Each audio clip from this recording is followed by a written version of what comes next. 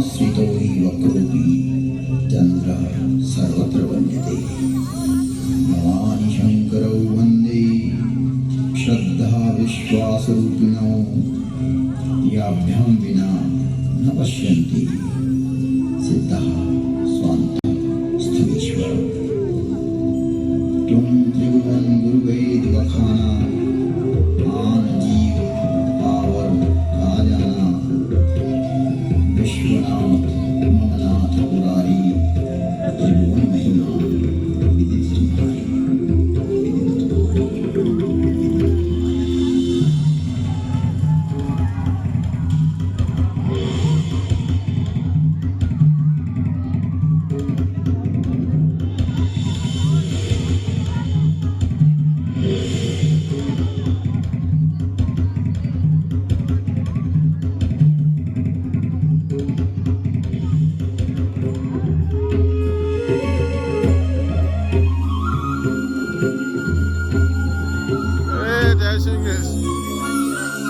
ठाकुर जी आगे बीच में।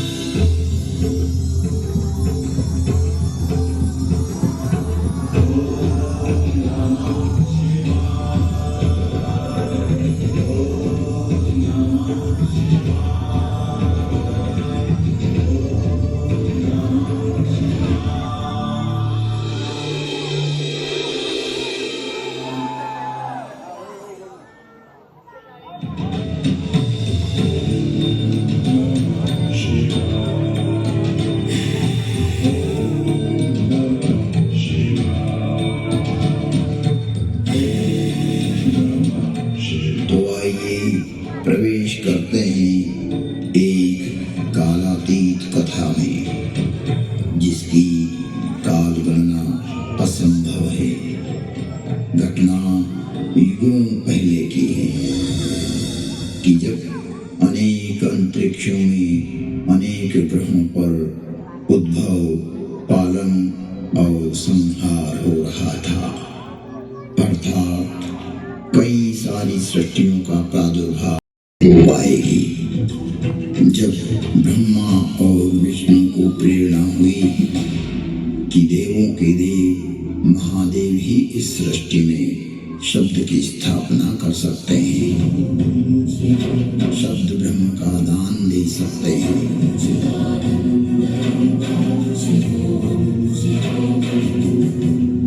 परंतु शिव का समय अधिकतर समाधि में ही व्यतीत होता था।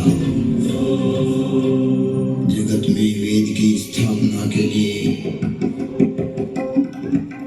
मनुष्यों में, प्राणियों में सत्य, प्रेम और करुणा की भावना प्रकट करने के लिए, शब्द को देह देने के लिए महादेव को समाधि से जगाना अति आवश्यक है। जब ब्रह्मा, विष्णु और सारे देवताओं ने महर्षि पाणिनि को प्रेरणा की कि वो महादेव को प्रसन्न कर जगत में शब्द प्रकट करने की प्रार्थना करें,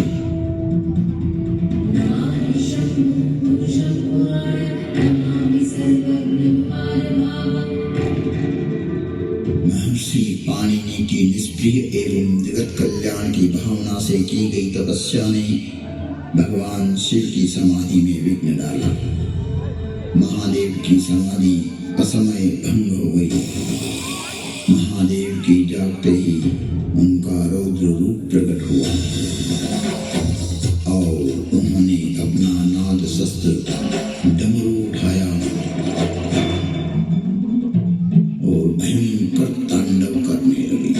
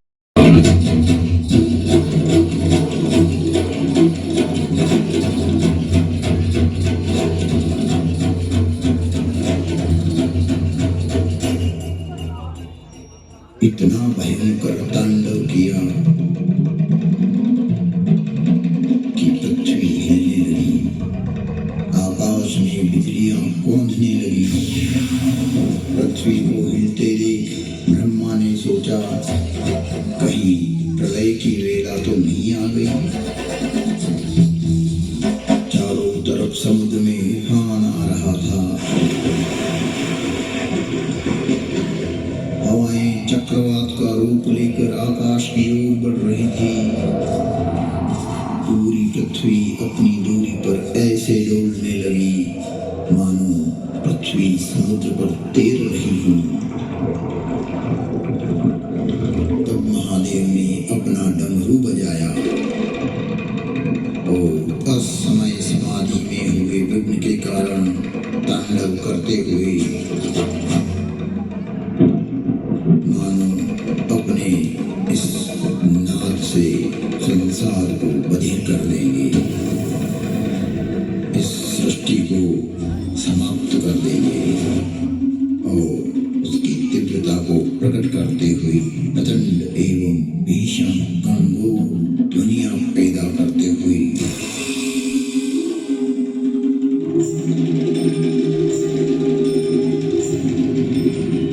उग्र एवं महिमामय भयंकर डमरुनाद किया, जिससे प्राणी मात्र की श्रवण इंद्रियां लुप्त हो गई।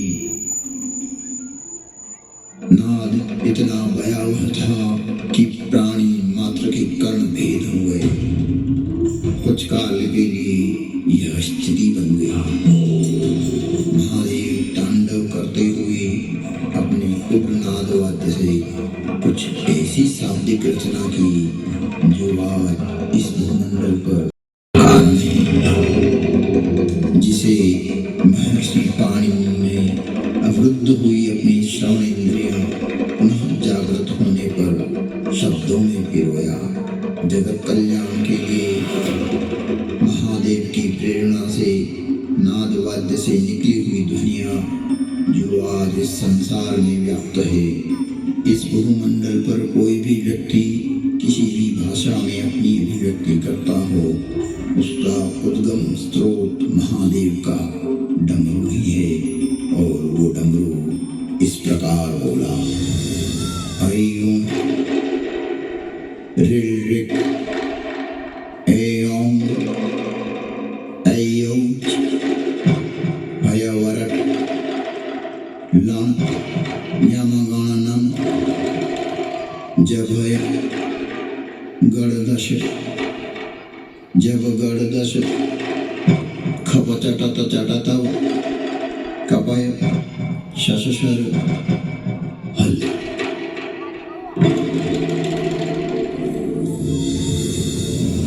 ऐं ऋ ऐं ऐऔच भयवरट लं यमगणनं जभय गणदश जब गणदश खप चटत चटतव कपय शशशर हल। यह था शिव का नाद शस्त्र से उत्पन्न हुआ शब्द व्याकरण। इससे शब्द की संरचना हुई और डमरू ने जिस प्रकार ये 14 शिव सूत्र परमात्मा शिव ने जगत को दिए वो आज सभी की अभिव्यक्ति का कारण है। इति माहेश्वराणि सूत्राणि अनादि संज्ञार्थानि ऐसा मंत्या इतः हकारादि स्वकार उच्चारणार्थ लण्मध्येऽपि तत्संज्ञकः।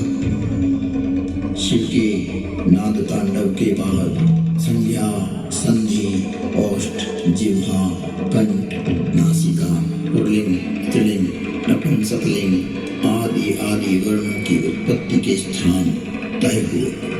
वाणी में व्यापकता आई, वाणी की श्रेणियां निर्धारित हुई, वर्ण का लिंग तय हुआ।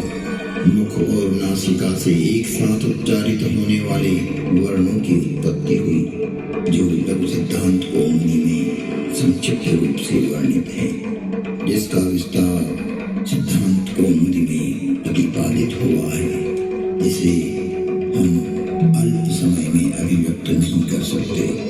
शिव के निनाद तांडव के उपरांत महर्षि पाणिनि ने शब्द की रचना की और अक्षर को रूप नत्वां सरस्वतीं देवीं शुद्धां पुण्यां करोम्यहं पाणिनीय प्रवेशाय लघु सिद्धांत कौमुदी। महर्षि पाणिनि ने विनय कर लघु सिद्धांत कौमुदी की रचना की जो आज इस जगत में सर्व भाषाओं का मूल है, जो कि सनातन है, शाश्वत है।